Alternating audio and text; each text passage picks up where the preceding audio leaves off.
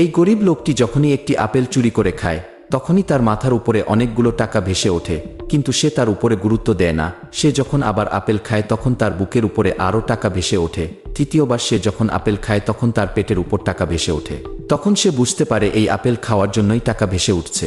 তখন এই লোকটি এসে বলে, ভাই, যদি আপনার কাছে টাকা বেশি হয় তাহলে আমার মতো গরিবকে দান করুন, খালি খালি মাথায় বুকে লাগিয়ে ঘুরছেন।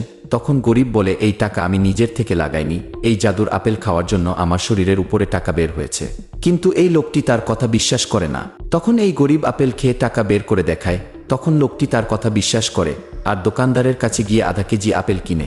আর এদিকে এসে দেখে একজন লোক আপেল খেয়ে অনেকগুলো টাকা পেয়ে যায়। তখন সে ভাবে, আমিও আপেল খেয়ে অনেক বড় লোক হয়ে যাব। এরপর লোকটি আপেল খাওয়ার পরে তার সঙ্গে যা ঘটল তা দেখলে আপনারা অবাক হয়ে যাবেন। কিন্তু তা দেখার আগে ভিডিওটি লাইক করে দাও, চ্যানেলটি সাবস্ক্রাইব করে দাও। লাস্টে আপেল খাওয়ার সাথে সাথে সে কালা হয়ে যায়, কেননা সে চোর আর বেঈমান।